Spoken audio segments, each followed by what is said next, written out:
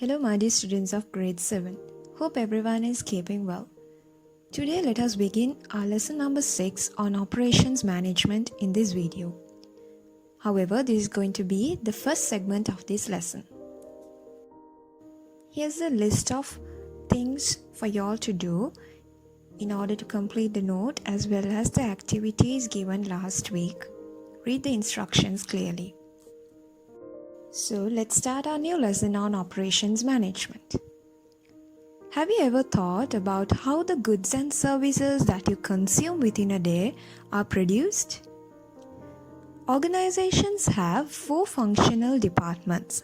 As you already know by now, out of the 4 main, HR, marketing, finance, and operations or productions, the production department handles the production of goods and services, especially in manufacturing industries. So what is this operations management? There are various definitions which correctly defines operations management. However, in this lesson, we shall understand few of them. You can keep in mind your favorite one out of the list, yet try to get the idea given by each. Operation management deals with all the activities a company carries out to collect the necessary resources and produce the goods or services that they supply to the market. In other words, you can say it is a discipline of how resources are managed to achieve efficient production of goods and services.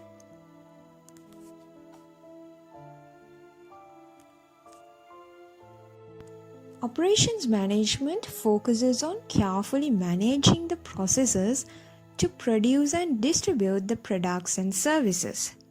A great deal of focus is on efficiency and effectiveness of the processes. So as you know, each department has a manager to lead the processes of each particular department. And the production or operations department has one too. So what can be his functions? Let's study them. Production of quality goods or services requires planning.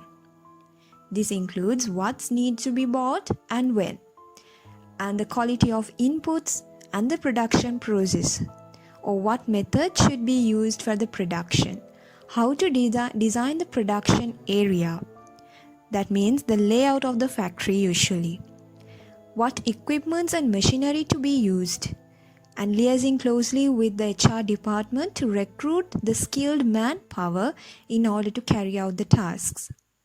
Reducing wastage, both time and resource wastage. The less resources used by operations, the more efficient, therefore lower the cost of production of goods and services. So these are the functions of a production manager in a nutshell.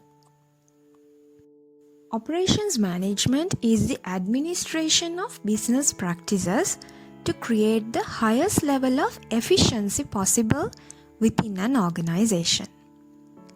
It is concerned with converting raw materials and labor into goods and services as efficiently as possible. So what is an operations process? Basically, operation processes transform inputs into outputs.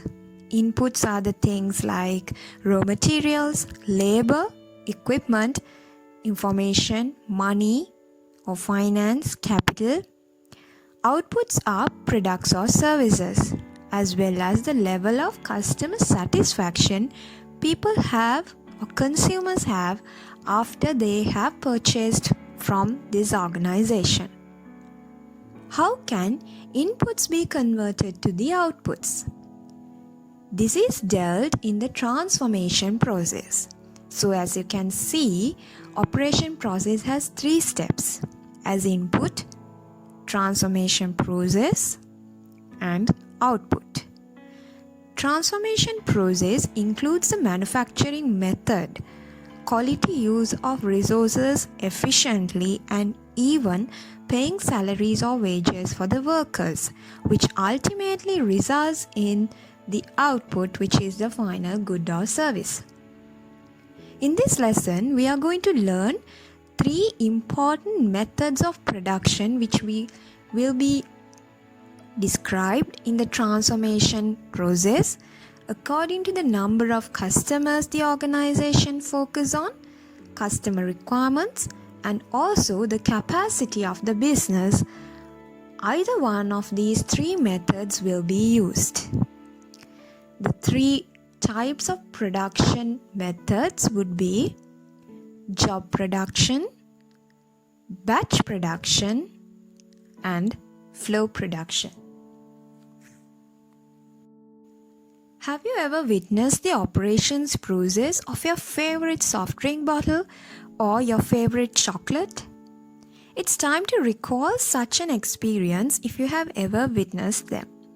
I'm pretty sure most of y'all have seen these types of operation processes, even in the television.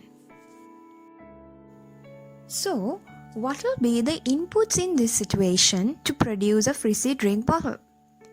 We need to acquire the resources like the required raw materials for the drink, as well as the bottle, labeling, etc. All these we can collectively name as raw materials. Next, we need labor to operate the machines, then the required machinery, tools and other equipments, even including the factory buildings which are falling under capital. We also might require a lot of finance.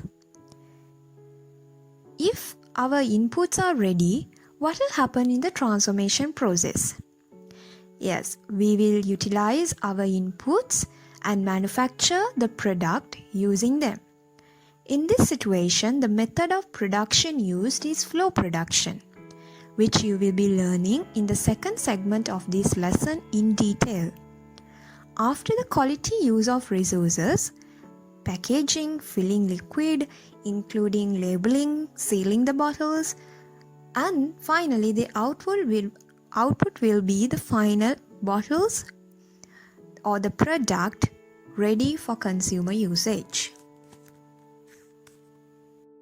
Operation management can be also simply defined as the conversion of inputs to the final outputs. So what are these inputs? We already learned some examples, but how can we define an input? These are the resources required to produce the good or service.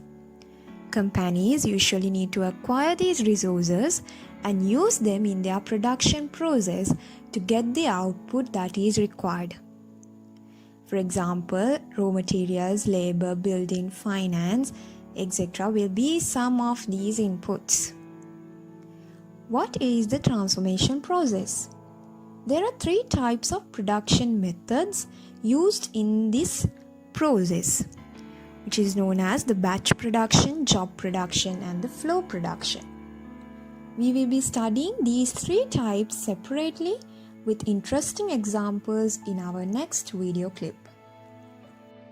Thank you for watching this video. Stay tuned for the final segment of this lesson to understand the 3 methods of production in detail. Take care and have a nice day.